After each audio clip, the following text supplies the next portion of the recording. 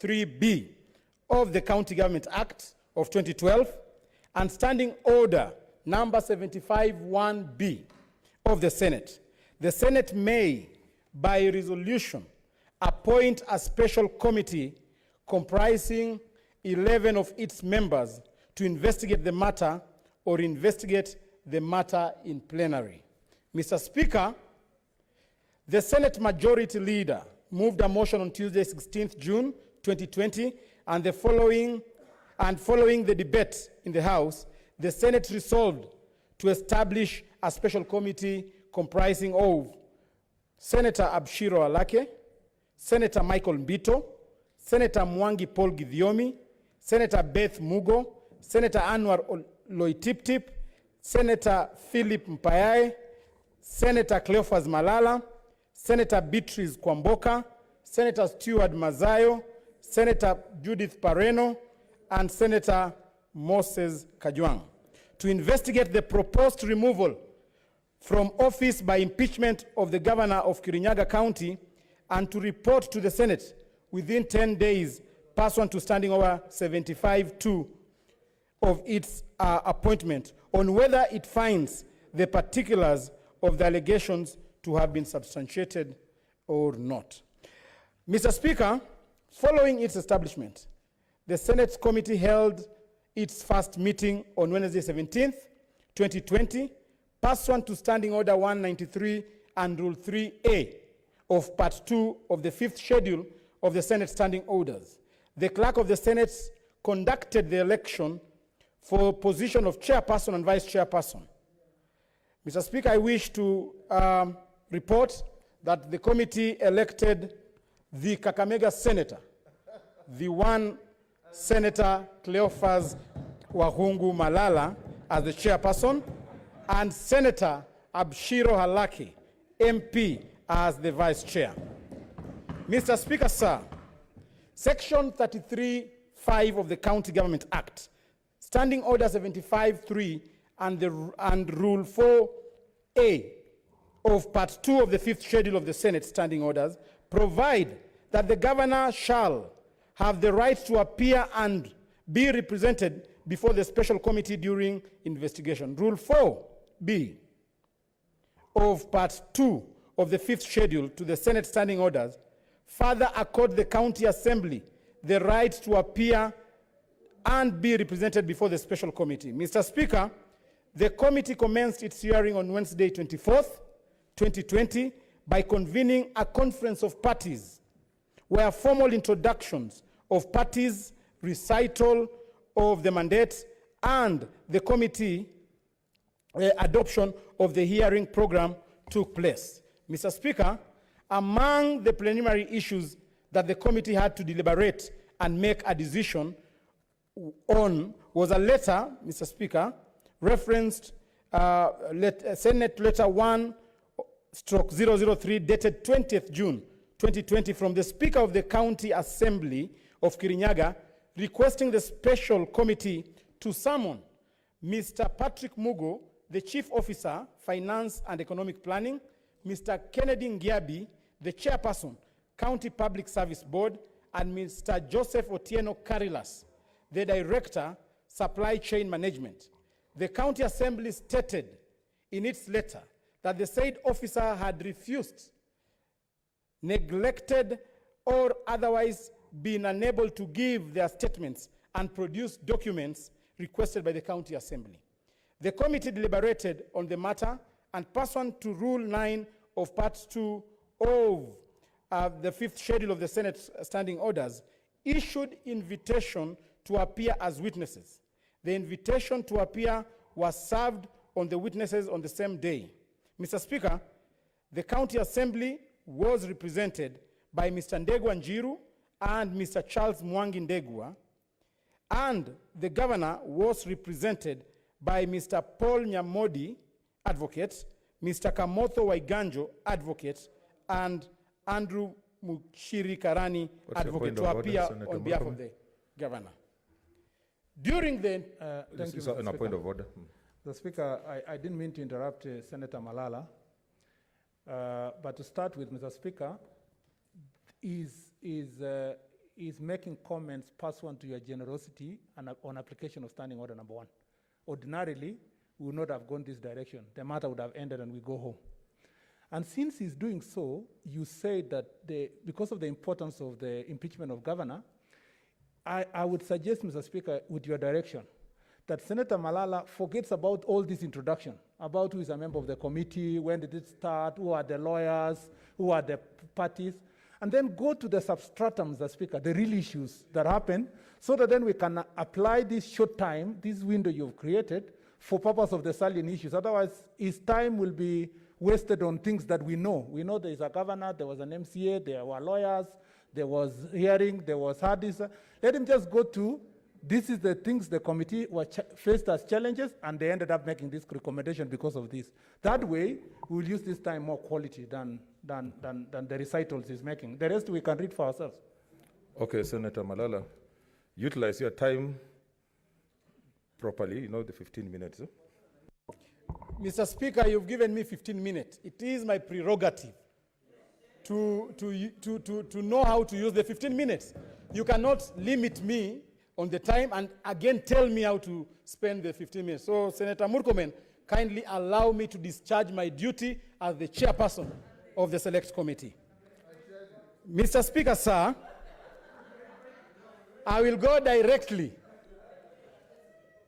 to the charges against Governor Anne Waiguru. There were 2 main charges leveled against the governor, which are gross violation of the Constitution and other laws, and abuse of office and gross misconduct. To support the first charge, the County Assembly made the following allegations. 1, failure to deliver the annual State of the County address for financial year 2018-2019 to the County Assembly. 2, undermining the authority of the County Assembly. 3, violation of Public Procurement and Asset Disposal Act 2015 and the Public Finance Management Act of 2012. To support the second charge of abuse of office and gross misconduct, the County Assembly made the following allegations. 1, violation of Section 46 of the Public Procurement and Asset Disposal Act. 2, improper conferment of a benefit on a public officer. 3, disregard of the recommendation of the County Public Service Board regarding the remuneration of members of the Board of Kirinyaga Investment Authority, payment of KIDA board members outside the IFMIS and county government payroll, and payment of interest amounting to more than 14 million paid to Mr. Francis Muriithi Kariuki. And lastly, violation of the right to health of the people of Kirinyaga. Mr. Speaker, allow me to address this House on the issue of the threshold that is required to impeach the governor. The issue of the threshold for impeachment is complex and does not contain a simple mathematical formula. During the Senate's consideration of the report of the special committee investigating the removal of the governor of Kericho, on 3rd June 2014, the Senate adopted the committee's recommendation that the threshold for impeachment should take into account the following consideration. 1, the allegation must be serious, substantial, and weighty. 2, the violation must be a flagrant and glaring violation. 3, there must be a nexus between the violation and the governor. 4, the violation must have led to harm, loss, or damage to society. And lastly, Mr. Speaker, the violation must have led to a loss of dignity in the office held and loss of confidence or trust in the person holding office to carry out the functions of that office with integrity and accountability. The threshold was also used by the Senate in the subsequent consideration of the proposed removal from office by impeachment of Honorable Mwangi Wairia, the governor of Murang'a County in November 2015. This special committee adopted the above threshold for removal of Governor Anne Waiguru as adopted by the Senate on 3rd June 2015. Mr. Speaker, in the course of its investigation of this matter, the special committee has observed a number of issues which, though outside the specific charge... What's your point of order?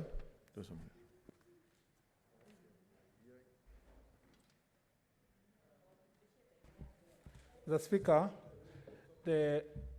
Senator Malala has made a very serious statement about the Senate adopting particular criteria in the case of Kericho in 2014 and subsequently in the case of Murang'a. It would be erroneous if it goes to the public that, Mr. Speaker, the Senate adopted any of that procedure, because it was not the Senate.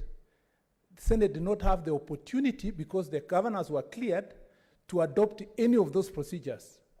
Contrary to his assertion, it is actually the committee in its report that came up, Mr. Speaker, with that criteria, which report was not adopted by the House because Section 33 of the County Government Act does not allow the House to adopt. If it goes to the public out there that there is a set criteria by this House based on those two reports of Kericho and Murang'a, it will create the impression that this particular committee found itself a cover to come and explain the clearance of the governor using a report of a committee which was not adopted by this House, but rather which was used by the committee, a criteria used by the committee to clear certain governors. So I'd like, Mr. Speaker, you to rule whether it is in order for Senator Malala to use the word adopted by the Senate instead of saying used by the relevant committee.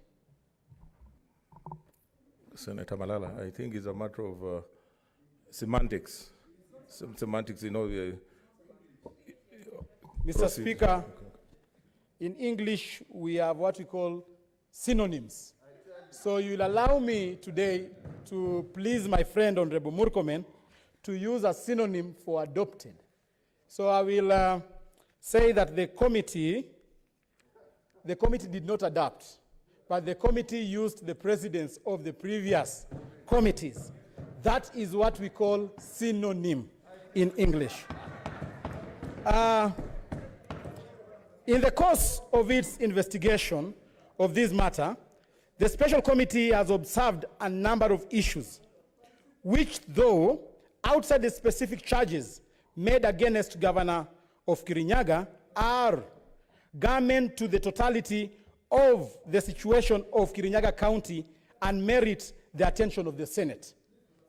Mr. Speaker, sir, the committee observes that the proceedings before it has exposed acrimonious, contemptuous, and cold relationship between the county assembly on one hand and the county government on the other, and the county governor, on the other hand, that threatens to grind the county Senator to a halt. Cherargei, where are you? What's your point of order?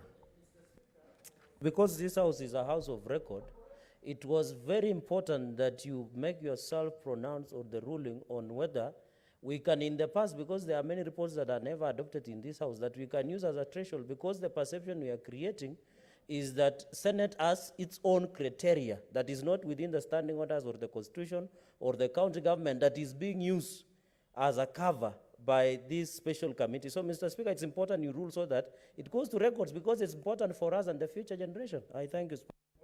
Okay, I think Senator Malala has explained himself and cleared. So we have said, he has avoided saying it adopted the report and said it used the previous precedents. So let us proceed, Honorable Sir. Senator Murkomen. Mr. Speaker, the point of orders exist for a particular reason in this House. And so it must not look like we are being irritated or we are irritating people by raising these issues. Senator Malala, in his reading of Kericho and Murang'a, and the record bears me witness, Mr. Speaker, said, we use the criteria adopted by the Senate, not the committee. And I explained myself very clearly, Mr. Speaker, that where governors have been cleared, like the case of Kericho and Muranga, the committee report was not adopted by this House. Therefore, that criteria is not a criteria of the Senate. He will be right if he confines himself to say, we borrowed or adopted. I don't mind him using the word adopted, and he should not teach me about what synonym is. He can say, we adopted a criteria used by the committee in Kericho and Muranga, but not Senate. Because if you say a criteria adopted by the Senate, you create that impression that there's a criteria adopted by this House. Senator Bogisho. Senator Bogisho. Speaker, this is really on procedure now. Because I think there's a threshold also, Speaker, on what the point of order is. I mean, you can't use a point of order, Mr. Speaker, to start debating the matter or even argue. I think, Mr. Speaker, I think if we keep ourselves to the threshold, I think we will not have all these things. And I understand what it is. But you can't use that provision to continue debating the issue out of this thing. Senator Mutula Kilonzo Jr.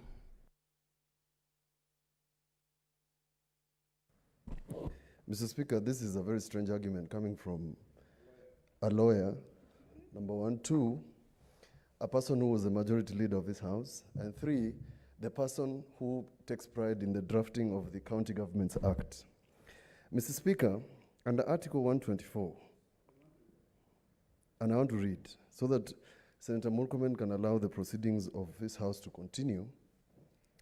Each House of Parliament may establish committees and shall make standing orders for the orderly conduct of its proceedings, including the proceedings of its committees.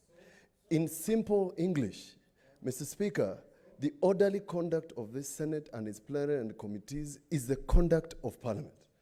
And therefore, somebody who has been elected since 2013 cannot purport, Mr. Speaker, and pontificate, Mr. Speaker, that the conduct of a Order, committee... Senator Murkomen, please. Yes. And Mr. Please. Yes. And Mr. Speaker, you must restrain Mr. Murkomen, Senator Murkomen, because he cannot interrupt us, and we are not bystanders in this Senate. Some of us got more votes than him. If we want to brag, we can brag. But he must listen. The Constitution is very clear that our committees are committees of the House, and the conduct of those committees is the conduct of the Senate. Similarly, Mr. Speaker, in Article 125, that is why we have given the mandate of the committees to act as a court. Under Article 125, it's a committee. Why is Mr. Murkomen behaving like a stranger in Jerusalem? Thank you, Mr. Speaker. Dismiss that objection. Senator Orengo. Mr. Speaker, I'd really plead with you again that we must have some form of debate in the Senate. If there's interruption in the middle of speeches, there will never be any debate. In fact, we have rules of debate because we conduct our business and make decisions on the basis of a debate. Now, with this serious agenda which is before us, if Mr. Malala cannot be given time to present the report that he has a summary on a matter in which you are given us the courtesy to comment on it, otherwise business would have ended. But you have given us the opportunity to comment. And Mr. Speaker, I want to remind Senator Murkomen that the first impeachment that we had in this House, he was there with me. And the impeachment twice went through the High Court, it went through the Court of Appeal, it went through the Supreme Court. In fact, the principles and the threshold that Senator Malala read out here was not really what we adopted.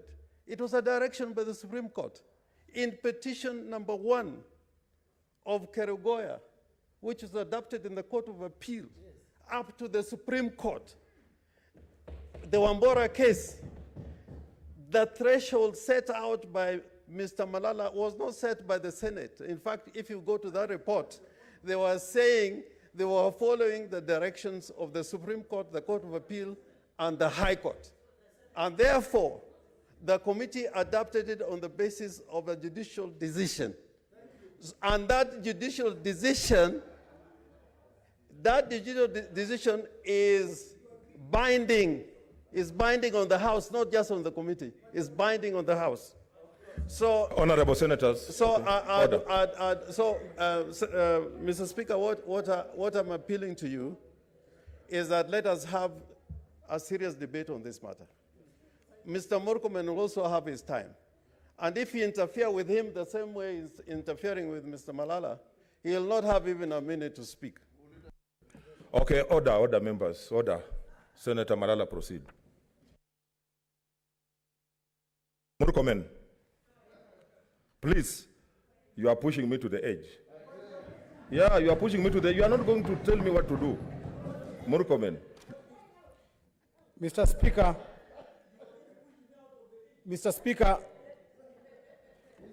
you'll allow me to proceed, Mr. Speaker. Mr. Speaker, before I was rudely interrupted, I was addressing the issue of the toxic relationship between Governor Anne Waiguru and the County Assembly.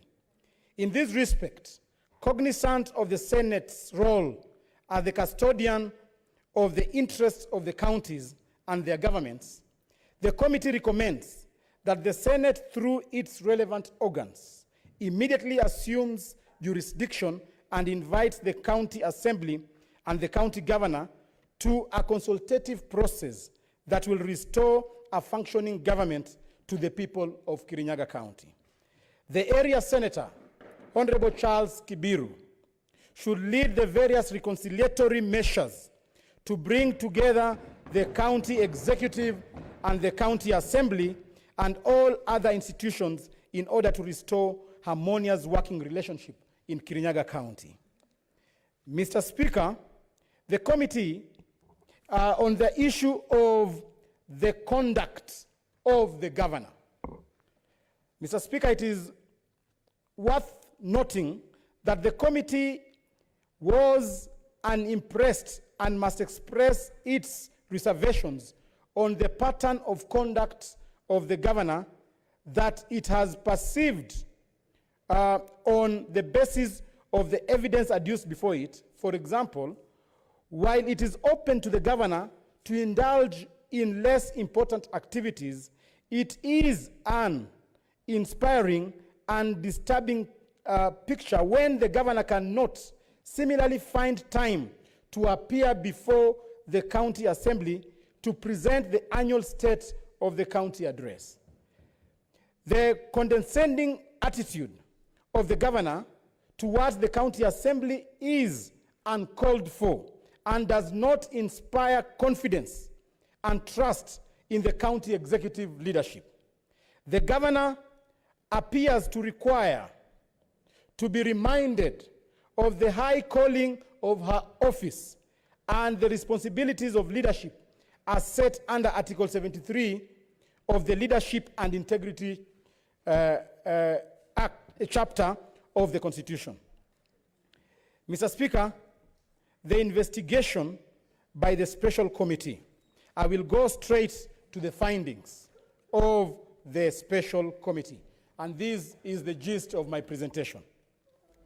Mr. Speaker, having considered all these matters, it then fell to the special committee to discharge its mandate under Section 33 of the County Government Act, Standing Order 75, and Part 2 of the 5th Schedule, and the Senate Standing Orders, Section 33(4) of the County Government Act, Standing Order 75(2), and Rule 2 of Part 2 of the 5th Schedule of the Senate Order, Standing Orders, mandates the special committee to investigate the matter. Mr. Speaker, the committee's findings on each of the particulars of the allegations are therefore as follows. Charge 1, gross violation of the Constitution and any other law. Mr. Speaker, the first allegation was failure to deliver the annual State of the County Address for the financial year 2018-2019 to the County Assembly.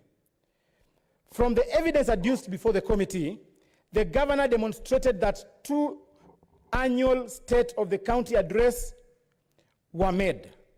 One, albeit, was not delivered in the County Assembly. The committee further noted that there is no county legislation to provide for the content of the annual State of the County Address as required by Section 32K of the County Government Act. The committee also noted that there is no specific law that compels the governor to make the State of the County Address in the County Assembly. The committee therefore finds that the allegation was not proved by law and it is therefore not substantiated. Allegation number 2, undermining the authority of the County Assembly. Evidence adduced before the committee showed that the county executive has always submitted county policy papers and plans, including the county strategy paper, before the County Assembly. Further, the County Assembly has always approved the annual budget, which includes the ADP, the annual development plans, the CIDPs, the fiscal strategy paper, the county outlook papers, Mr. Speaker. There is evidence of plans and policy documents that have been presented to the County Assembly, received and approved by the same County Assembly. The committee therefore finds that the allegation was not proved and it is therefore not substantiated. Allegation number 3, violation of the Public Procurement and Asset Disposal Act 2015 and the Public Finance Management Act of 2012. From the evidence adduced, the committee noticed a clear mismanagement of some tenders. And I want to be very clear on this point, that the committee noted a clear mismanagement of some tender. Of the 12 tenders listed in the motion, the County Assembly only prosecuted 4 of them. The County Assembly used 12 tenders to allege mismanagement in the county, but they only prosecuted 4. 8 were abandoned on the road. Of the 4 tenders prosecuted, the committee notes that there was clear mismanagement of the tender process, where tenders were awarded to companies whose bids were not responsive or where there were clear cases of conflict of interest. The specific tenders in question include tender number CGK ICT 047 of 2017-2018, tender for the design, development, installation, and commissioning of integrated hospital management information system. Mr. Speaker, in this tender, full payment was made long before the user testing was done. And further, the company awarded did not meet the qualifications prescribed in the tender document. The second tender, Mr. Speaker, was the tender for the proposed waterworks for Mwea Makima water projects, March 2018. This tender, Mr. Speaker, was awarded to Ever Trading Agencies Limited, which was clearly owned by a member of the family, specifically the brother to the accounting officer, who awarded the tender with no declaration of interest. Yet he's the one who signed on behalf of the county government. In the circumstances, Mr. Speaker, the committee recommends that investigatory authorities undertake investigations on the same and the culpable officers, including the respective tender evaluation committee members, be called to account. The committee, therefore, finds that the allegations were not directly linked to the governor, and it is therefore not substantiated. Charge number 2, abuse of office and gross misconduct. Allegation number 1, violation of Section 46 of the Public Procurement and Asset Disposal Act of 2015. Evidence adduced before the committee showed that the respective tender committees were by law established by the respective accounting officers. There was no evidence linking the governor with the establishment of the Tender Evaluation Committee. The committee, therefore, finds that the allegation was not proved and it is therefore not substantiated. Allegation number 2 on charge number 2 of abuse of office and gross misconduct. Conferring a benefit to a public officer. Mr. Speaker, from the evidence adduced, the committee established administrative malaise in the management of imprest in Kirinyaga County.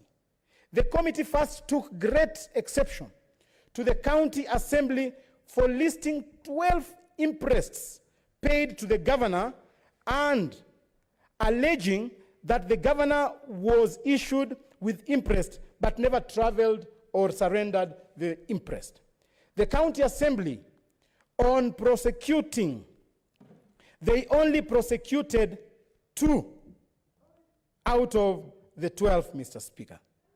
Mr. Speaker, again, the county assembly brings 12 allegations and only prosecutes 2 and abandon 10, Mr. Speaker. Mr. Speaker, the governor adduced evidence of the travel, and where the travel was never undertaken, the imprest was surrendered throughout the time.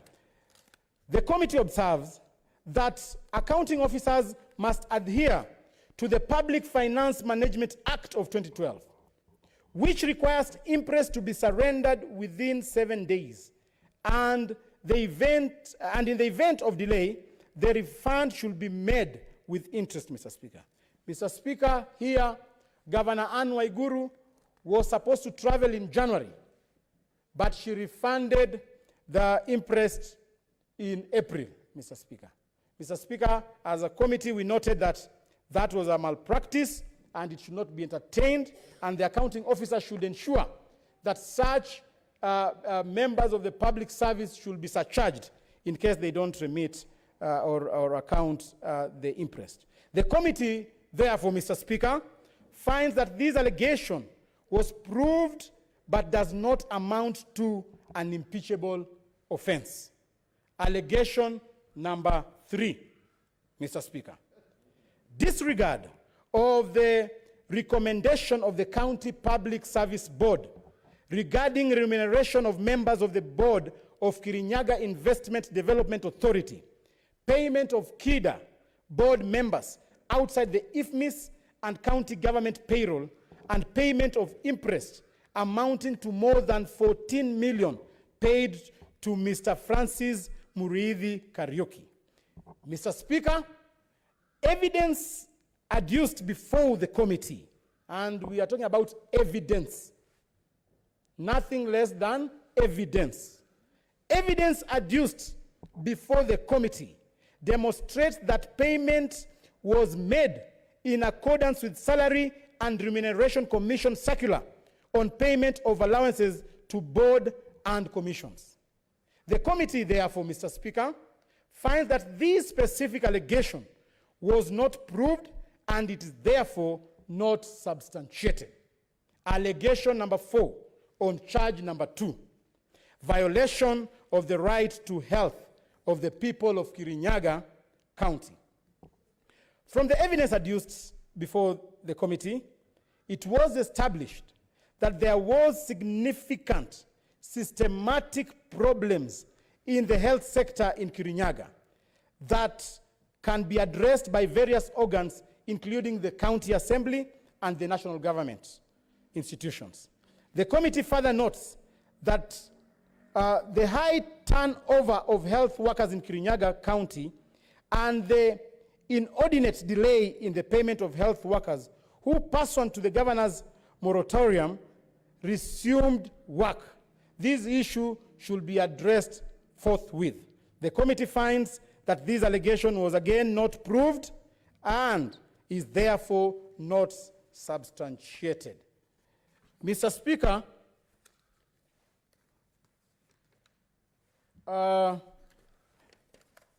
you will allow me to conclude. You have 2 minutes. Mr. Speaker, I don't know why you are not interested to know how we conclude this matter. In fact, you know, you've gone over the time I gave you. So you must really...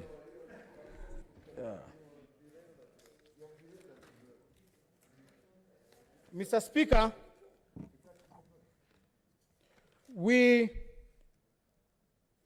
have recommended, I'm not able to trace that, but I'll go off the script. Mr. Speaker, the committee has recommended that specific officers who constituted the tender committees, that is the Chief Finance Officer, and members of the tender committees, that is Wayne, Pauline, and the director,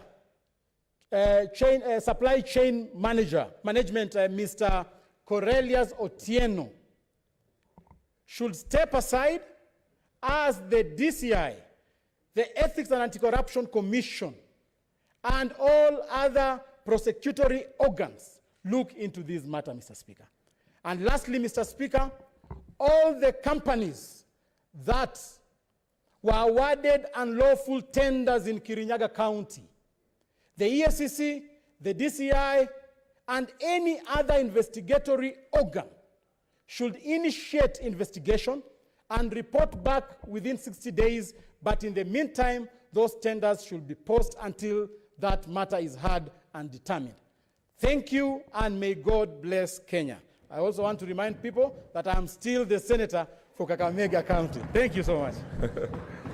Thank you very much, Chair. So that's a committee that worked on behalf of the Senate, and using I said use your button, please don't call me. Now I will allow 3 minutes because you see, this is just discretionary so that you make a few comments. Senator Ochila Yako. Thank you, Mr. Speaker. I want to take this opportunity to thank the committee that we appointed to look into this matter. This was a very explosive matter. The nation has been looking forward to the verdict, not necessarily this one or that one. But I just want to say one thing. Mr. Speaker, impeachments will come to this House. This is unlikely to be the last one. My understanding of Senate, when an impeachment comes to a House like this one, we are expected to be sequestrated. We are expected to be locked from hearing opinion external to us, from listening to feelings other than facts. Mr. Speaker, I noticed when we were appointing this committee, a lot of us got emotional and a lot of us descended into the arena. They descended, or we descended into the arena without waiting for evidence, without giving anybody a chance to discern or to understand what was coming. There were people, or some of us, who said, let us listen to what the people of Kirinyaga would say. For me, and for myself, I thought they would have opportunity before this committee, which they did, and presented what was presented. I want to say that there are those who may disagree with what the committee has said, but for me, I agree with the verdict because I watched a bit of the proceedings on television, and it is my considered opinion that the facts that the committee and the conclusion that they have arrived at is based on what was presented before them. So in future, when such matters appear before us, I would plead that we sequester ourselves, we do not debate it out there so that we create a poisonous and a toxic environment to make it impossible to objectively arrive at a finding. I want to support that finding and say that if other people feel aggrieved, we have public institutions like ESCC, DCI, and others. They can pursue what is left hanging and what the committee did not have mandate to do. Thank you, Mr. Speaker. Senator Christopher Langat.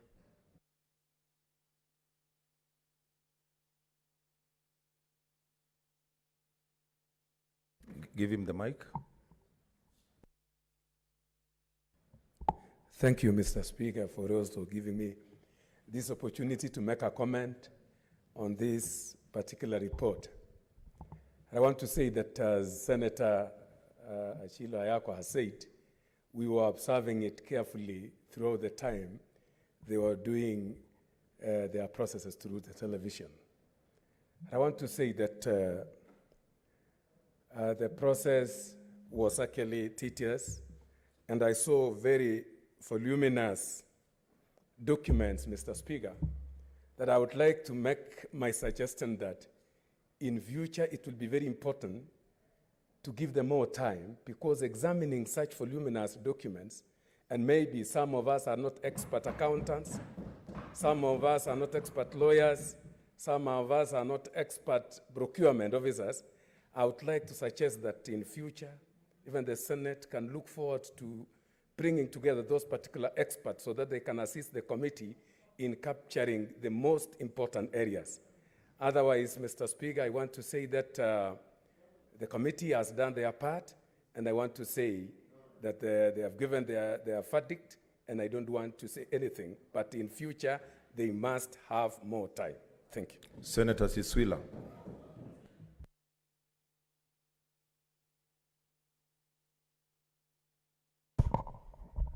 Thank you, Mr. Speaker. First, I want to congratulate the committee led by the Senator of Kachimeka. They have done a wonderful job. I remember when we first had our very first impeachment proceedings here during the last term, we really debated as to whether we should go plenary or have a special committee. And we opted for the special committee because it's only through the special committee that one can delve properly into the allegations made. And the report shows that this committee did delve into the allegations made. I very much doubt that in a plenary, that type of analysis of each and every allegation would have been done. Secondly, we are all learning. To me, it's a learning process. And as you rightly stated, Mr. Speaker, impeachment is the most important, nearly the most important work that we do. I noted that in the United States of America, when it comes to impeachment proceedings, they don't rely on the oath that we took at the time after elections. They, in fact, swear in the senators again, because this is a quasi-judicial function that we are performing. It does appear to me, going forward, that it will be important in the future, in order to show the gravity of the issues that we are dealing with, in order to show that this particular function is unlike the other functions of legislation, notices of motion, and so on, and in order to give signals to the public that now we are entering into a very serious process. So, thirdly, Mr. Speaker, sir, it does also appear to me, we are learning by experience, improving as we go along, that the county assembly members particularly, who have discharged their functions, their mandate on behalf of the people of a particular county by voting for impeachment, by agreeing on these charges to bring forward. The Senator has dealt with the matter. I noticed, Mr. Speaker, sir, that after they did that, they then began again going public. And whereas public debate is important, and it must go on, because impeachment proceedings are not only quasi-judicial function, but it's also a political process. I do not mind other people commenting on it. And Your time is up. Leader of majority. Mr. Speaker, I just want to appreciate the special committee led by the Senator for Kakamega, who has assured us that he's still the Senator for Kakamega, and I think we want to reinforce that. Ask him to, on our behalf, also thank the others who are on the committee, very, very distinguished members of this House. Speaker, when we were thinking about how to go about this, we agreed that we do a special committee, and there was a very favorite or very popular vote we got. Speaker, it is very interesting to note that the whole country now agrees that sometimes you can do the plenary and sometimes you do a committee. And Speaker, the way this particular committee conducted their hearing, I want to congratulate them. They achieved very high standards of how to conduct a hearing. I think everybody, both parties, found that justice was served. And so congratulations, and please understand that not everybody will like the verdict, but the process seems to have received very high ratings. The Speaker, as you have allowed us to even make small comments, I appreciate, Speaker, the fact that we ourselves must be confident in our committees. We must have confidence in our committees. We must have confidence in this House, Speaker. And Speaker, sometimes we read things that have been written by members of this House, Speaker, that degrade the House. And it's not that the House, the people out there, would like the Speaker to call us all sorts of names. Sometimes we call ourselves those names. And I think we must find a way of desisting from the populist ideas that try to degrade this House. This is a House that has been established as a house of honor, is a house of unity, it's a house of rules. And so, Mr. Speaker, let me appeal to my colleagues that let us try and restore the dignity of this House. We don't have, from the beginning, to think, Mr. Speaker, that if a verdict it comes out the way it has come now, then it is wrong. And then when the verdict comes another way, then it is right. I think we have allowed ourselves, as this House, Speaker, to agree that our committees represent us, and the verdict that they bring, as they are brought now, should be accepted as it is. So I just wanted to say, Speaker, the other thing which I understand is that the community, the world, must realize, Speaker, that the standards and the threshold for not convicting but for impeachment, Speaker, is set out already. There is precedent. And I think that what the chairman of this special committee said, Speaker, is correct. And we must understand that we are here to follow the law and to accept the verdict. And I just want to thank them, thank the parties involved, and congratulate this process. Thank you very much. Senator Mutula Kilonzo, don't carry up your hand, Senator Musuruve. Your name is already here. Then Mutula will be followed by Senator Mwawura, who is in the extended chamber. Thank you, Speaker. This process was very important. And the reason is it appears from the country that we have a series of impeachments coming along the way. And it is important that Senator Malala was very clear about the threshold.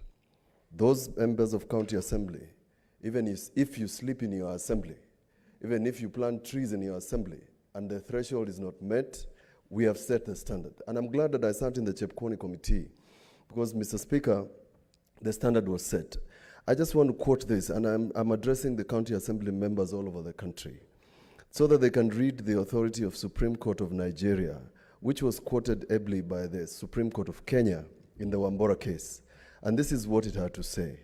A governor as a human being cannot always be right and cannot claim to be always right. That explains why Section 188 talks about gross violation. Accordingly, where a misconduct is not gross, then Section 188, or Article 188 in this case, weapon is not a weapon of removal and is not available to a House of Assembly. It was quoted by our Supreme Court. It continues to say, Mr. Speaker, it is useful to note that the various meanings of the word gross in relation to violation. Gross violation is a flagrant violation, a glaring error, nasty, unpleasant, vulgar, crass. It must be severe transgression of the Constitution and the law. That message is like one commandment we are sending to all the county assemblies. Mr. Speaker, the next comment is, I must say that the committee was bombarded with documents, heaps and heaps of paper. Mr. Speaker, we must amend the timelines. And Mr. Speaker, the Vice Chair and the Chair, and I've not had anybody congratulate Senator Alake for good conduct. Both of them, not even being lawyers, conducted themselves like judges. They were congratulated all over the place and the conduct of how they did this. Lastly, just the same way we did in the Chepkwony. In the Chepkwony case, we asked the senator of that region, now Waziri Keter, to go and reconcile the parties. The paragraphs that are mentioned here about how they are relating to one another presupposes that they think that they are going to migrate to Makueni. We are not interested in them coming to Makueni. They must live together. Senator Kajwang, the late, said something when we were impeaching Governor Kiala. He said there is no divorce. If the county assembly of Kirinyaga and the governor think there's going to be a divorce, there will be no divorce. If they think they can wind up the county, Makueni, we have an example of what happens when you collect signatures and the president refuses. You must work together. Underline caps. Thank you. Senator Mwaura.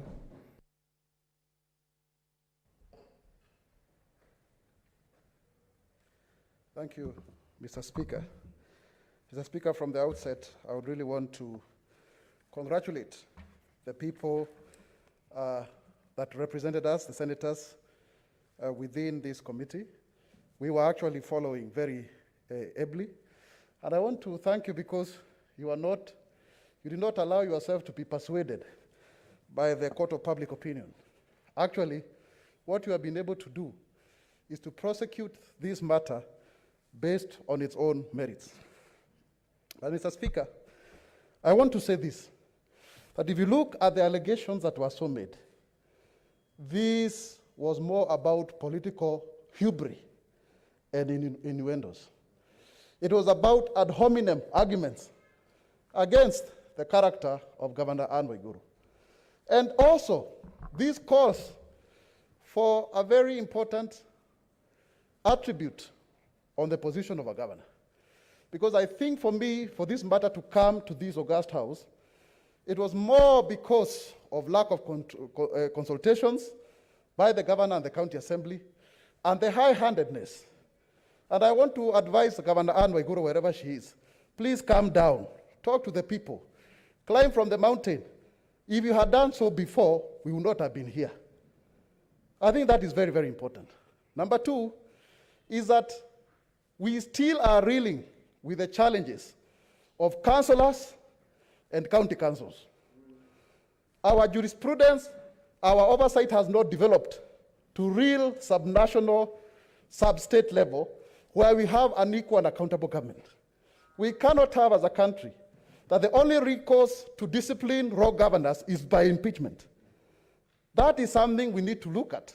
And one of the things that we need to look to see is how consultative are the public participation process in the development of the CIDP, in the development of the annual development plan, in the development of county fiscal strategy paper, and such other documents that actually ensure that people move in the same direction and that accusations of malfeasance are not attributed to persons who seem not to fully understand the process. This is actually something we need to look at. And I think Senator Amos Wako had a bill here on public participation because clearly from these proceedings, Mr. Speaker, it appears both the governor and the county assembly members have not properly consulted. Mr. Speaker, it is also true to say that when people knew how they can be gotten through direct signature and what have you, there is a new form of corruption that has morphed, where you cannot trace anybody's signature, but you still end up benefiting. So we need to be creative as a Senate to capture people who indirectly benefit from the direct actions of corruption of other officers in the public service. This is something we need to really crack. And finally, Mr. Speaker, because I would like to speak, but I see the time is not there.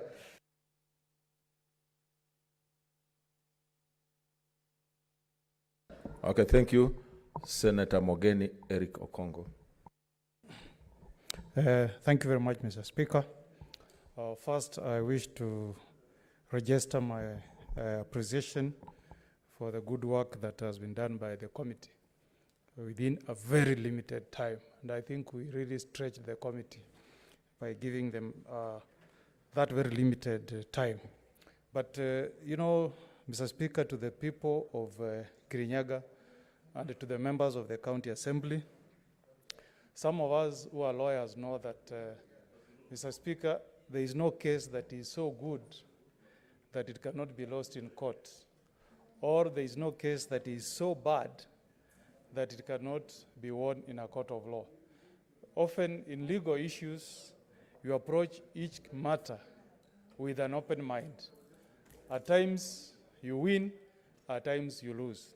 And I think, Mr. Speaker, even for this House, I think this House once impeached the governor for Embu twice. And I think twice the Supreme Court, the courts of law, beginning from High Court, Court of Appeal, and Supreme Court, overturned the verdict of this honorable House.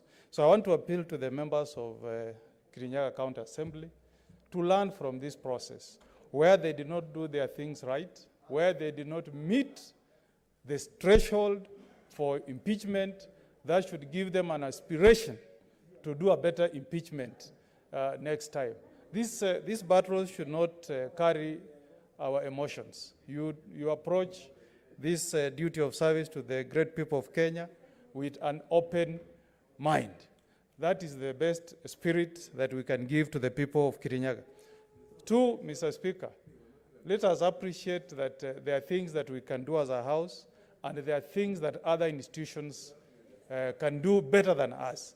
I'm happy to note that the committee has recommended for further investigations against certain officers, and that should give hope to the people of Kirinyaga that if any resources have been plundered or misused, there is still hope for justice to be done to the people of Kirinyaga. Thank you, Mr. Speaker. Senator Cherargei. Thank you, Mr. Speaker.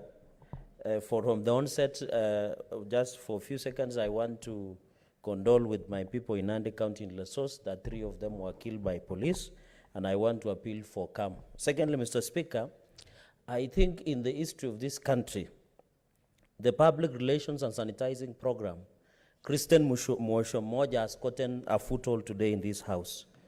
The report sounds like a love poetic poem to the governor and Waiguru, because I've read from the chair's position that there was mistakes, there was illegalities, but there is no nexus to the governor. This is one of the reports that no one should associate with in the near future. And I'm disappointed because we knew from the time, Mr. Speaker, that this report was going to the committee. The sanitization program of Governor Han Waiguru has been. Secondly, Madam Speaker, as I conclude, Mr. Speaker, is that when Governor Han Waiguru was making closing remarks, he talked about BBI and handshake being fought because she was supporting BBI and handshake. I want to say that is one of the worst defense that I've had in this country. And I want to advise the 4 governors that their impeachment motions are lying in their county assemblies. Just shout BBI and handshake and your problems will go away. Finally, Mr. Speaker, we must agree, and I want to correct what the committee said, that out of 12 allocations, 4 were approved. Even when you are taken to a court of law, if one ground is proved, you are charged on it. So why all these issues? They are saying the county assembly brought 12 charges, 4 was proved. That is not a justification that I've never had. Mr. Speaker, finally, What's your point the of fight order, against Senator corruption in this country. There's a point of order.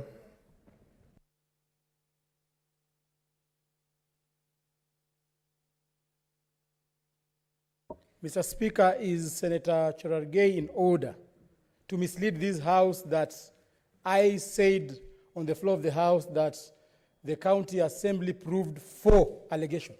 I said they prosecuted.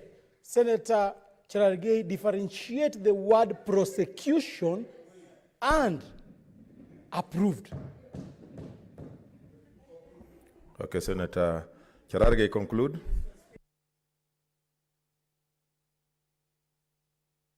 No mic. Mr. Speaker, you know Senator Malala is a thespian, so those are theatrics they use in comedy shows.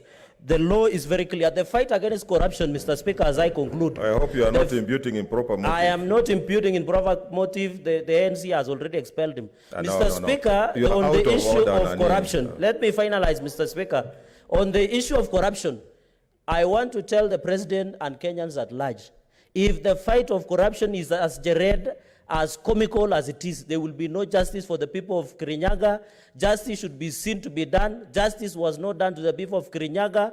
Corruption fighting in this is a storytelling. This was a soap opera movie for the governor of Kirinyaga, Mr. Speaker, because if you read the whole report, it was just like a soap opera thing that was being done behind somewhere in Kirinyaga Road. I thank you, Mr. Speaker. Senator Olekina, as Professor Ongeri comes from the other.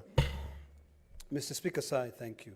I rise to really congratulate the young distinguished senator from Kakamega who did this House proud, and my good friend, the Vice Chair, Senator Bishira Alake. Mr. Speaker, sir, this is a report that even this House, as we see the committees in this House, if we take time and read through this report, we can be able to now follow up to ensure that the people of Kirinyaga get justice. There's all different things that have been alluded to here, maybe those testaments that were made by the witnesses, including the issues of health. I would hope that the Committee on Health, and which I sit on, would be able to follow up and to be able to go and check them out. Article 226, subsection 5 of the Kenyan Constitution is very clear. It states clearly that if any holder of a public office misappropriate funds, they are accountable.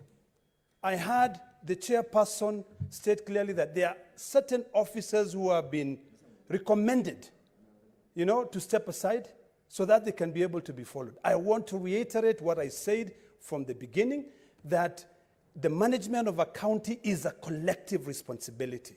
This is enshrined in the Constitution under Article 179. I want to remind the CCs who are in Kirinyaga and also the CCs in all 47 counties that whatever happens in the county, you are responsible. In fact, if that governor was found to have committed an offense or to have been impeached, all those CCs under 179.7 would have gone home. So this is a collective responsibility. I find that this committee did a fantastic job. I'm going to spend some time, go read through this, so that I can be able to contribute more in my committee. And finally, Mr. Speaker, sir, this is something which is one of my pet peeves. Some of these MCAs have no clue of the rule of law. How can somebody come and say Impress was not surrendered? It is not in their jurisdiction. Impress we know. So I would want to plead to any officer to spend some time and familiarize themselves with the rule of law, because Impress is supposed to be recovered. If you do not surrender within 7 days, it's supposed to be recovered. What's your intervention? Thank you, Mr. Speaker. I just wanted to remind Senator from Narok that the MCAs are doing oversight, and we should not look down upon their level of oversight. In fact, this House is killing the functions of the MCAs down there, and they will no longer be willing even to do their work because of what we do here. So I want to tell the senator from Narok not to insult the MCAs that they don't know anything. They know a lot. That is very wrong.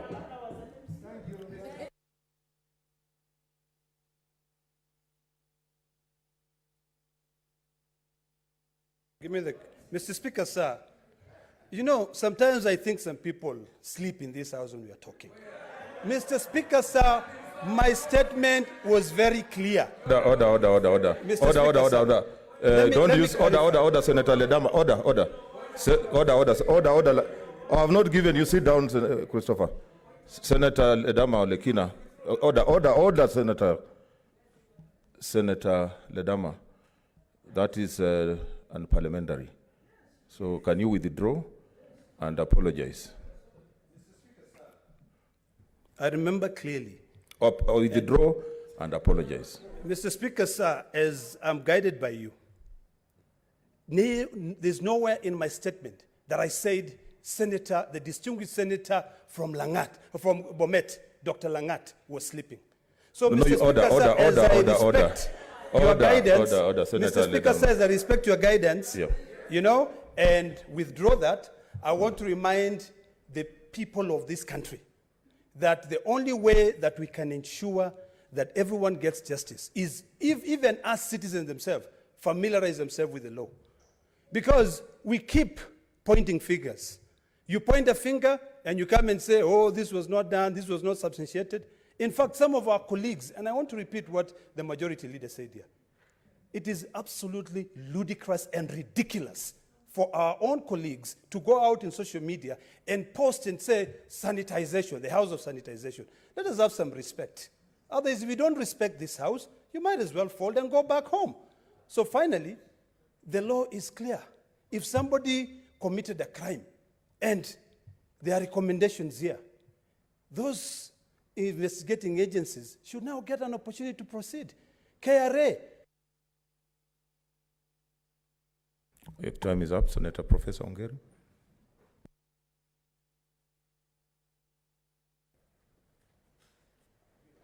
Thank you, Mr. Speaker, for giving me the opportunity to weigh in on this matter.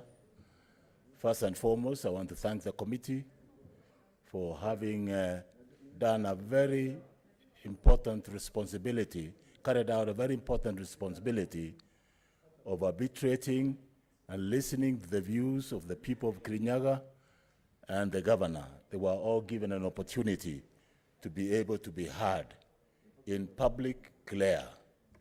And issues were canvassed on the floor of this House, and they have been captured in the report that I've seen and I've perused through at the moment. It's quite clear when you carefully sit down and read this report, and I intend to do so, there are issues of law that have been raised up. There are issues where a responsibility has been apportioned, who should take that responsibility and who shouldn't take that responsibility.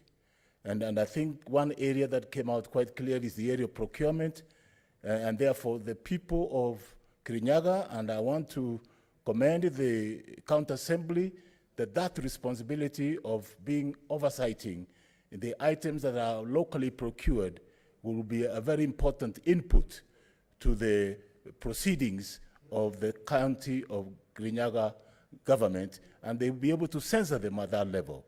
Even if this were to go to EACC, they will not have the capacity to be able to see where specific projects are located and at what stage they are.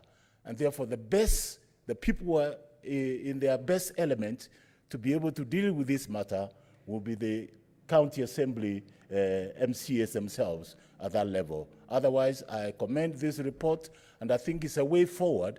And as a Senate, we must always build on a platform that helps us to have a better jurisprudence to the future, rather than criticizing a process which I think has been successfully concluded. And my final remark is that there is now an opportunity, and I think the report did not just end there.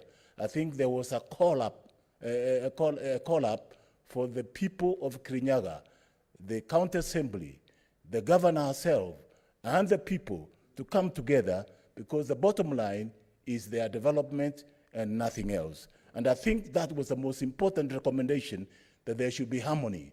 And after all, this is what we are striving for. Even in this Senate, we are striving for looking for harmony and people working together. It's not our purpose to divide people. And I think when we have an opportunity like this, we should commend this report, because they made a very important recommendation that the people, both at the assembly level, the governor, and the people themselves should come together and be able to get the act together. I thank you, Mr. Speaker. What's your point of information, Senator Wago? Does Professor want to be informed? In the light of what the excellent presentation by the professor on the issue of harmony and unity, the Committee on Devolution and Intergovernmental Relations is charged with the responsibility of governance and management of county governments. So don't you think this committee should be more proactive in other areas in the future where they see a the relationship between the county executive and the county assembly deteriorating, they should intervene and try to see if they can bring them together. That's my information. Thank you, Mr. Speaker. I graciously accept that recommendation because the whole purpose of this Senate is to be able to bring harmony and not disharmony. Senator Kamar Margaret.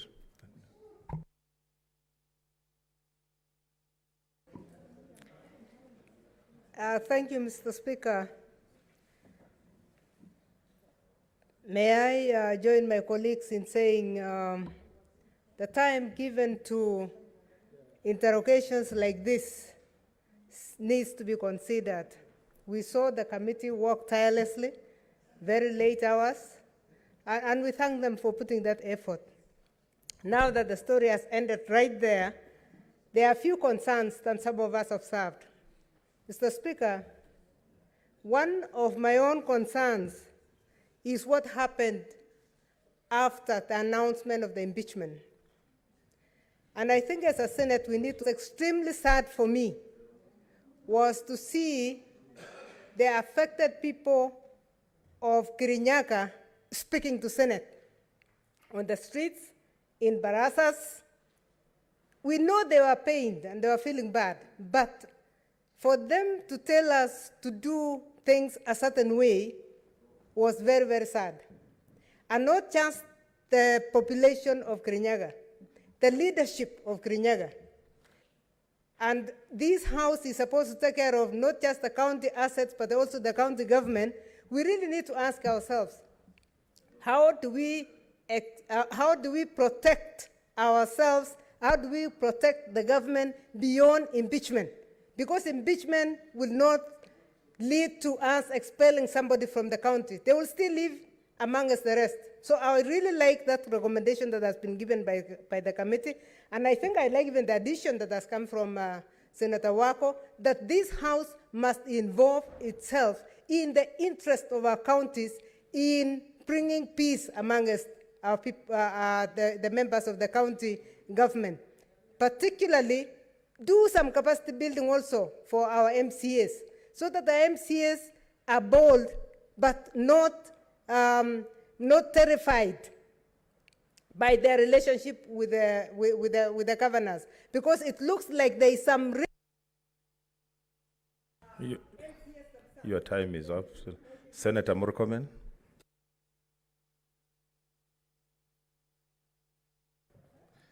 First of all, I'd like to appreciate the County Assembly of Kirinyaga for the fantastic job they did. Their preparation for the impeachment process, Mr. Speaker, was above board. In fact, it was exemplary. In many of the discussions I've seen in print and electronic media, many people have praised the County Assembly of Kirinyaga as being acquainted and well-versed with their responsibilities of oversight.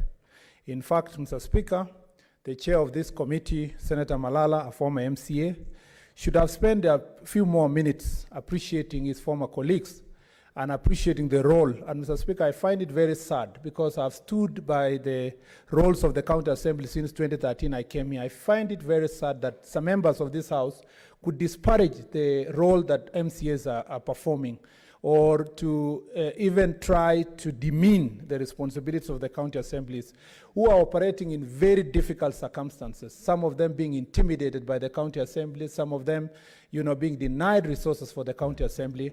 And I want to tell County Assembly of Kirinyaga and county assemblies across the country, you have a friend in Senator Murkomen and a number of senators in this House who believe that we must strengthen the responsibility of oversight. In fact, it would be an insult to the county assemblies to use this floor to demean county assemblies, because the Speaker of this House is the patron of all the county assemblies across the country.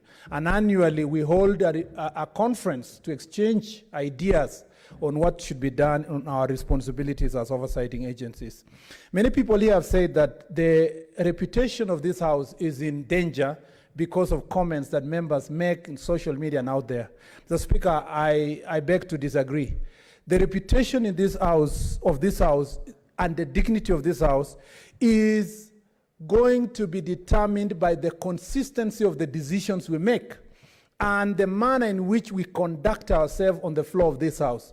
Mr. Speaker, I was in the first committee of impeaching Governor Wambora, and I was the vice chair. Senator Orengo was there. Senator of Kakamega again was my friend Boni Halwale was the chair. And we impeached Governor Wambora, Mr. Speaker, for seeds that did not germinate in Embu, despite the fact that he was not a procurement officer, he didn't plant the seeds. Mr. Speaker, we impeached Governor Waititu for also other reasons that, Mr. Speaker, could not really have been substantiated if we really forced ourselves to go through the real processes. So impeachment standards, Mr. Speaker, shall not be, we must demonstrate as a House the consistency, because in this House we've said Governor Waiguru is unable to govern.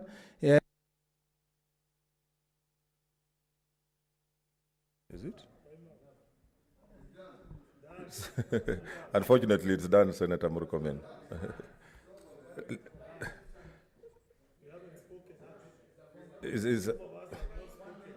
Okay, 1 minute. It's a former leader. Mr. Speaker, we indicted the governor on tendering processes, failure to give State of the Union address, inability to lead in a harmonious manner, then finally said, Mr. Speaker, that it's not substantiated. So, Mr. Speaker, we must have that consistency, and failure to have that consistency makes people out there to believe that we are not Senate, we are sanitizers. And as a House, we must show that consistency. Finally, I propose that we amend Section 33 of the County Government Act, that, Mr. Speaker, all reports that come from, all impeachments must go through committees, and all the reports of the committee, whether they find to substantiate or not, Mr. Speaker, must be brought to this House for approval. Because some of the recommendations given by the committee and are not been adopted by this House because we are not adopting the report, how will they be implemented? And I suggest that going forward, the devolution committee would come up with a motion that then adopts the recommendation of that report so that this House can formally adopt the recommendations that are related to impropriety in Kirinyaga. And Mr. Speaker, I want to tell the people of Kirinyaga, take heart.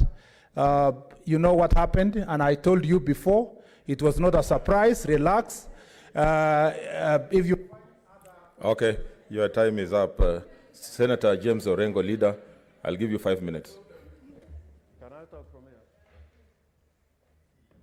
Mr. Speaker, let me first congratulate the entire committee for a job well done. Senator Malala, I think other than the fact that you may not have a legal degree, but your presentation of this report and you are going through the charges one by one and analyzing the evidence, I thank you, and you have done justice to this matter with the entire committee. Secondly, Mr. Speaker, I want to say this without fear of contradiction. Let us not change because of changed circumstances. I want some people on the other side to look at the record of what they have said in this House, in other impeachment proceedings.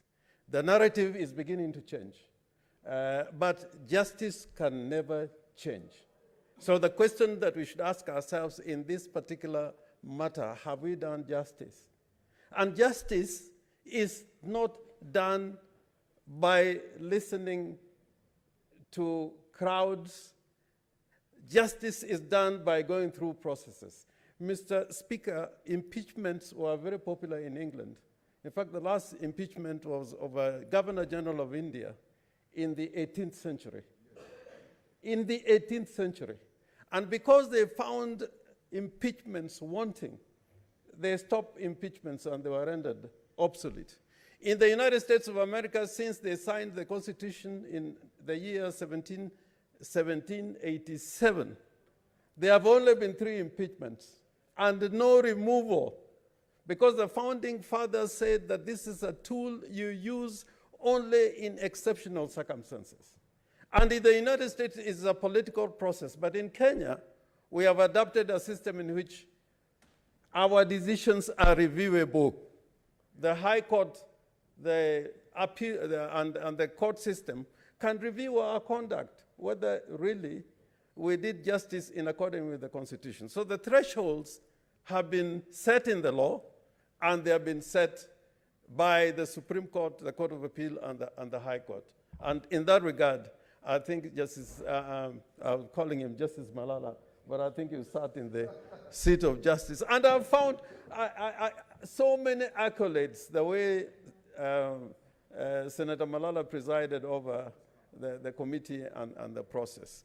So I want to say that this was properly done. But I want to say also, we cannot accuse the county assembly.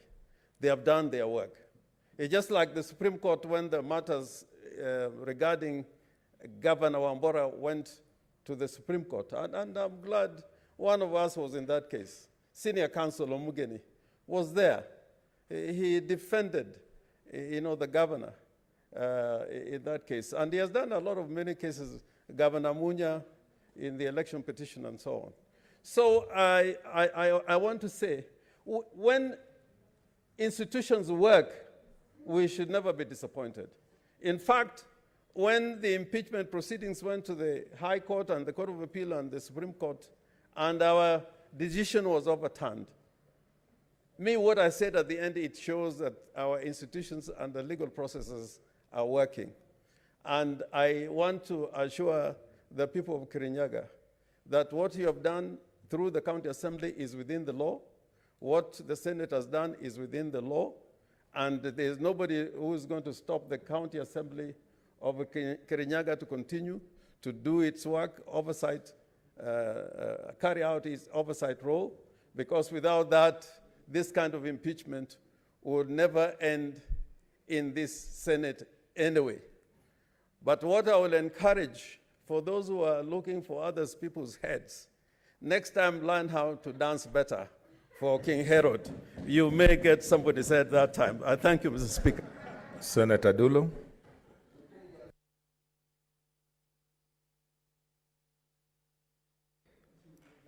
Thank you, Mr. Speaker. Mr. Speaker, I wish to join my colleagues in congratulating the committee having carried out this impeachment process.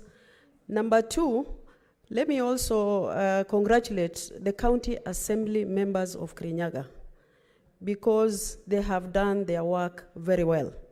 Mr. Speaker, I have sat in 2 committees in the last Senate. The first one was Kericho impeachment. And Mr. Speaker, the Kericho impeachment, we really made a very good recommendation where we said that there should be a reconciliation between the county government and also the senator then. And I think the recommendation we made then, Mr. Speaker, was under the leadership of the senator, a reconciliation should be arrived at. And that really happened, and it worked so well. And since then, we never had any problem. Number two, for the county assembly members of Murang'a, we had an impeachment of Wairia. And that impeachment didn't go very well because the senator then was really devastated, simply because we didn't come up with this kind of recommendation by this particular committee.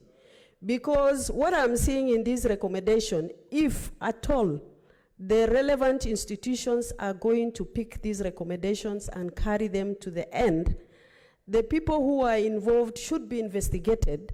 That means, in my case, there is win-win in both cases. And I think, Mr. Speaker, we should not discourage county assembly members. They have done their work. They have come this far. They should be able to proceed doing what they are doing. And I think, Mr. Speaker, as a House, we should be able to look back and see where there are gaps and make proper recommendation. And I hope, under the leadership of the Senator for Murang'a, we should be able to recommend, for Kirinyaga, we should be able to come up with recommendation where ADR should be held in Kirinyaga so that they can be able to work together and come up with a solution to the current issues affecting them in Kirinyaga. I thank you. Senator Susan Kihika.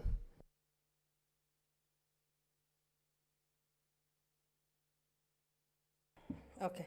Thank you, Mr. Speaker. I rise to just make a few comments. and begin first by appreciating and congratulating the County Assembly of Kirinyaga, as well as the people of Kirinyaga. By going through the process in the way that they absolutely did what they are supposed to do, which is a good job in oversight. So, Mr. Speaker, when I sit here and I hear some very condescending remarks directed at members of the county assemblies or MCAs, it's quite disheartening, because I could tell you, having been a speaker myself of a county assembly and sitting where you're sitting over members of the county assembly, and now having been a senator and having been in this house for 2.5 years, I might stand here today and say that the MCAs know better, they know their jobs better at times than the senators in this house. I can tell you, Mr. Speaker, that the MCAs do not hold brief for anybody, but continue to carry out their jobs without fear or favor, something that you could never find in the Senate.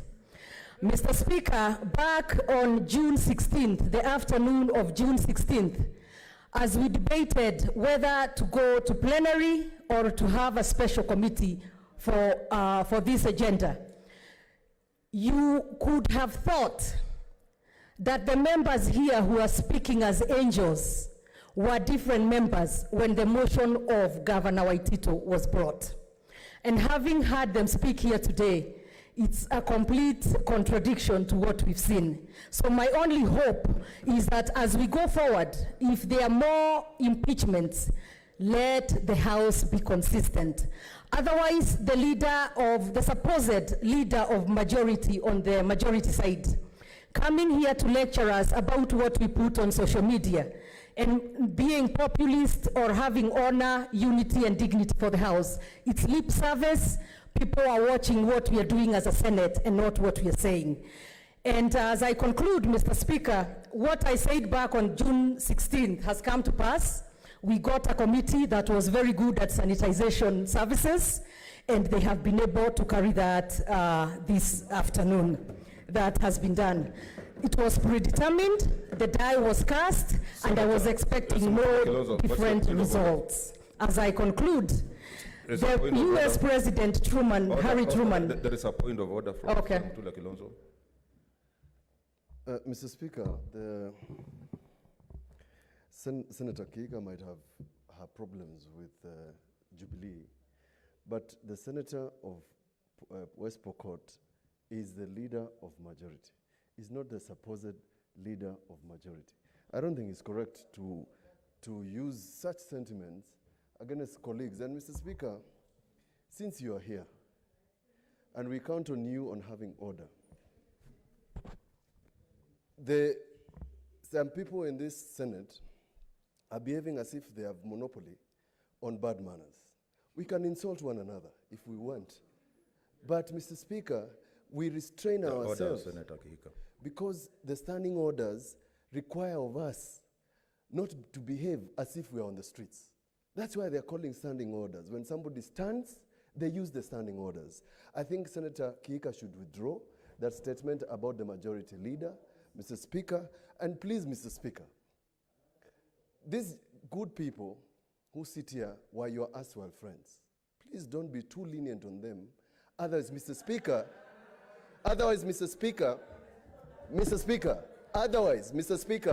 we are also going to misbehave in this House so that, Mr. Speaker, then we force you to enforce the law in this House. Thank you. Okay, honorable senators, order. I treat you as honorable members. I want to expect that we conduct ourselves because the whole world is watching. Let us respect each other. Don't push me to, take action that I would not want to take. But remember, what you say against your old brother or sister or against another senator will also be said against you. Susan, complete, please.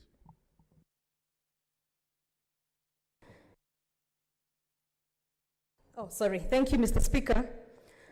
And I also would want the Speaker to rule or to let the House know whether the new Jubilee member, Senator Mutula Kilonzo, is a whip of the minority party or an additional whip. You are out of order. Your time is up, Senator Susan. You are out of order. Your time is up. Senator Musurube.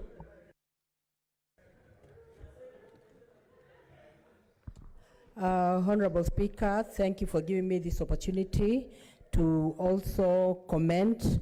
And I want to say, Honorable Speaker, that I would like to congratulate the MCAs of Kirinyaga for coming up with this impeachment. And indeed, they brought to the right house, because the Senate is a house of reason. And I want to really congratulate the team that was set up to handle this matter, because they were very objective in handling the matter. If the team went by media portrayal of the governor, it was very emotive, and if they went by the dictates of the, the MCAs and the people of Kirinyaga, then they would not have done a commendable job. But they stood impartial. They went with the authentic data that they found. They decided to go, evidence-based, and they ensured that they were very impartial in the undertaking. And I want to say, Honorable Speaker, that yes, indeed, MCAs can bring impeachments into this House, but they need to learn from this impeachment process that they must have verifiable reasons that stand the test of time, that even meet the threshold for an impeachment. And going forward, Honorable Speaker, there's need to have a tripartite relationship in terms of, how the MCAs, behave, and their governors, and also the people on the ground. So there's need also for senators to come on board, like Senator Kirinyaga needs to come on board to ensure that there's a cordial relationship in this tripartite relationship for the purpose of development in Kirinyaga. So I want to say, Honorable Speaker, that I thank the 11 team members that did a commendable job, and it is a job that would not have been done in the plenary, because the books were voluminous, the evidence were voluminous, but they did a commendable job. And going forward, we should ensure that we follow the example of the team that committed itself to ensuring justice and impartiality is done in the House of the Senate. Thank you, Honorable Speaker. Senator Boy Juma. Asante sana Mheshimiwa Spika kunipa fursa hii ili pia niweze kutoa hoja yangu mimi. Kwanza natoa shukrani kubwa sana kwa hii kamati ambayo ilikuwa ikishughulikia hii impeachment, hasa kwa mwenyekiti Senator Malala, mwenyekiti mdogo Senator Halaki, na wanakamati waliokuwa wakichunguza haya maneno. Mheshimiwa Spika, nadhani na pia mweseneta wenzangu tumekubaliana kwamba hao walichaguliwa katika hiyo kamati ni watu ambao walikuwa na busara sana. Wengineo ndani hapo walikuwa ni Maritaya Justice Mazayo. Na pia ningependa pia kuunga maneno ya Deputy Speaker Senator Kamara kusema kwamba watu wa Kirinyaga, MCA na governor waweze na senator wa Kirinyaga waweze kukaa pamoja, waweze kutatua hili swali. Kwa sababu Mheshimiwa Speaker, ukiangalia sana sio Kirinyaga peke yake kwenye shida. Kaunti karibu zote katika Kenya hii, katika kaunti zetu utakuta kuna matatizo kama haya. Na hatuombi kwamba kutakuwa na mingine atakuja, lakini shida ni hii. Most of the time utakuta shida ni MCA, utakuta shida pengine ni governor, hakuna maelewano. Kwa hivyo kwa hii kamati iliyofanya hiyo kazi nimeshukuru sana, kwa sababu uamuzi waliochukua Mheshimiwa Speaker ni uamuzi wa busara sana, kwa sababu wametafuta njia na wakaona katika kila mashtaka yaliyosomwa, hasa mwenyekiti na kamati yake wamejaribu kuitatua moja, one by one. Ufisadi haukuonekanika. Kama ni mambo ya imprest, pia imeonekanika kwamba kisheria kwamba imprest hata kama kusafiri au umesafiri baada ya muda lazima urudishe. Kila kitu iko sawa sawa. Kwa hivyo naunga mkono sana hii kamati ambayo ilifanya hii kazi, na Mwenyezi Mungu aijalie kwamba siku nyingine kutokea matatizo kama haya, kamati nyingine kama hizi ziweze kukaa chini na kuja jawabu kama hili. Asante sana Mheshimiwa Speaker, na pia naunga mkono kabisa hii kamati. Asante sana. Senator Shionga. Thank you, Mr. Speaker, for giving me this opportunity to contribute on the report. Mr. Speaker, I want to take this opportunity to applaud the committee that did this job despite the short time they were given. And I want also to applaud or to congratulate the people of Kirinyaga, especially the members of the County Assembly, for coming up without fear or contradiction to bring out their problems to the Senate so that they can be sorted as a second alternative. Mr. Speaker, from the report, you can see clearly that we still have a problem with the tendering process, especially in our county government. It is important that our county MCS, our county members of county, they feel free and bring up or be educated on how best they can analyze their problem and bring forth, if at all, any problem they have. We are here to assist our brothers because it is important for us to stand with them. Lastly, Mr. Speaker, it is evident that if we don't have evidence or substantive evidence in an accusation, then prosecution is not awarded. Mr. Speaker, it is important that people analyze, especially our MCS, let them analyze very well what they bring, and we are here to assist them in the oversight role because we really want our the development to occur in our counties, especially the county like county of Kirinyaga. Many of the counties, Mr. Speaker, they are suffering in silence. Some are being bribed to keep quiet. But if they gain courage and bring their reports ahead, it is good that this House will be mandated and it will do what it's supposed to be done. I pray that communication be there between the county government executive and the county government executive and the county MCS so that they can work together to resolve most of the issues other than accusation and politicking. They will not achieve the development that they are that they are responsible for. Thank you, Mr. Speaker, and I want to say I congratulate the MCS, I congratulate the governor, and I congratulate everyone. Communication, let them embrace communication. Thank you. Senator Faki. Asante Mheshimiwa Spika kwa kunipa fursa hii kuchangia ripoti. Kwanza Mheshimiwa Spika, ningependa kupongeza County Assembly ya Kirinyaga kwa ujasiri wao walivyoweza kuleta mashtaka pamoja na walivyoyaendesha katika kamati maalum ya Senate, na ilionyesha kwamba kweli wana nia ya kurekebisha mambo katika kaunti ya Kirinyaga. Ilikuwa nia sio ya kumuondoa gavana tu, lakini ilikuwa ni nia pia kwamba kuwe na marekebisho fulani katika kaunti ya Kirinyaga.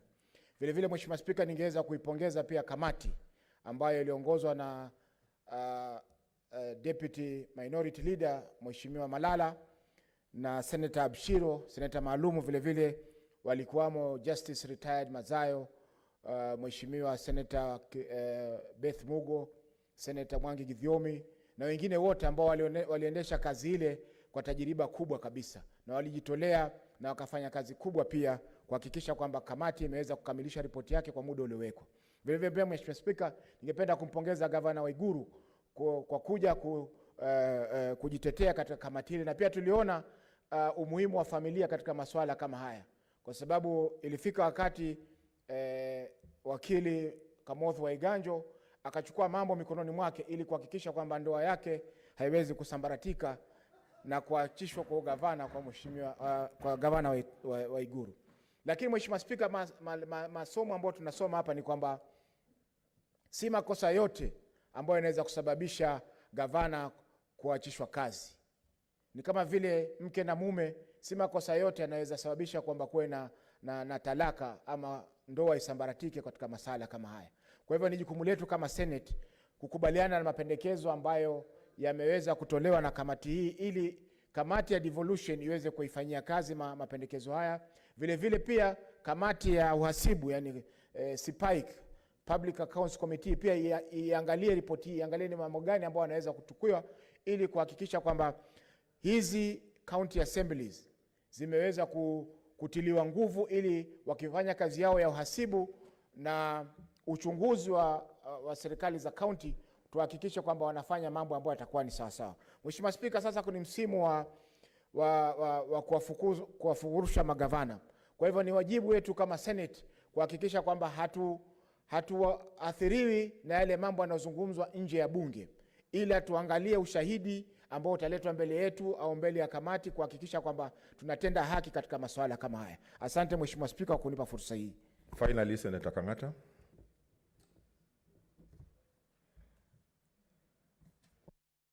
Mr. Speaker, as a former member of the County Assembly of Murang'a, let me celebrate the MCAs from Kirinyaga for initiating this impeachment. I say that notwithstanding that their case was not successful. And the reason I'm celebrating them is because it takes courage for you to initiate this procedure.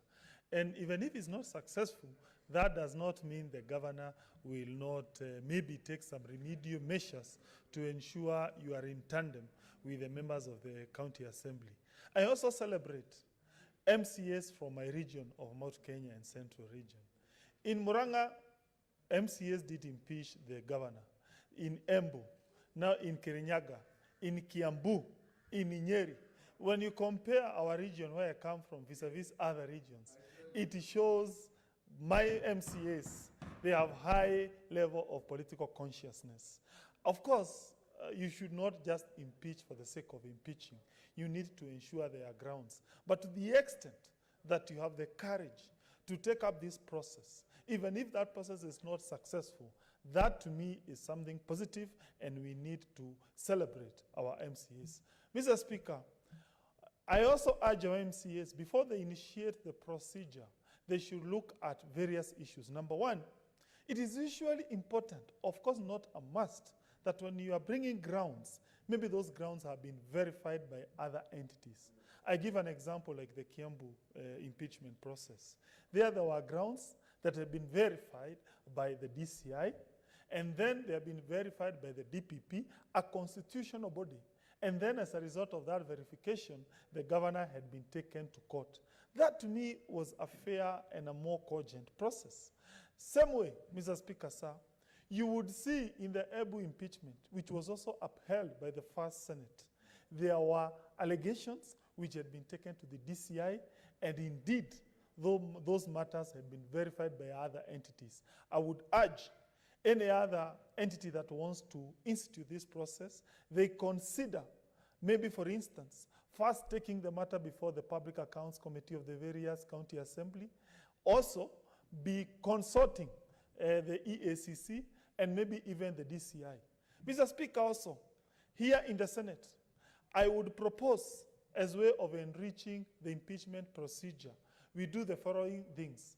Number one, we make ex officio DCI and also ex officio member of EACC. We have done that as a part of Public Accounts Committee, and so that in my committee, which I also sit, when a governor comes, we as members of the Public Accounts Committee, we can immediately make a recommendation, and a governor can be arrested and taken to court pursuant to those allegations. Maybe it is time we also borrow from that practice when we are conducting impeachment, and therefore we cause governors, notwithstanding the case has been dismissed, the matter to be escalated to that level. I will finish with these words, Mr. Speaker, sir. I was personally attacked by some of the leaders from Kirinyaga County. In fact, there was that narrative that was being made by some leaders attacking the great people of Murang'a. Let everyone know, those of us who come from Murang'a County, we are very proud of that heritage. I wouldn't want this impeachment to be framed as if it is a fight between the people of Kirinyaga and the people of Murang'a. We are all one. We are neighbors. And therefore, we should not be seen as if we are fighting. And finally, Mr. Speaker, sir, and this is very important, those leaders who attack this office of the chief whip through public barazas, let them know that whatever this office does is usually pursuant to political parties' positions, which have been processed, and therefore it was quite unfair for them to go in public barazas and start attacking this office of the chief whip. With that, thank you. Okay, I had said that was the last one, but I can see Senator Wambua dying to say something. Keep it short, 3 minutes. Thank you very much, Mr. Speaker, for indulging me. and for giving me this opportunity to also contribute to the report of the Special Committee on the impeachment of Governor Anne Waiguru. Mr. Speaker, I will be very brief. I will say only three things. One, I want to thank and most sincerely congratulate the members of the County Assembly of Kirinyaga for having the courage to prosecute this matter to where they have brought it. The Speaker, we as a House should help county assemblies to build capacity. And what they have done is part of their constitutional mandate. They should not feel sorry about it. They should not be made to feel bad about what they have done. It is their mandate. They have done a good job.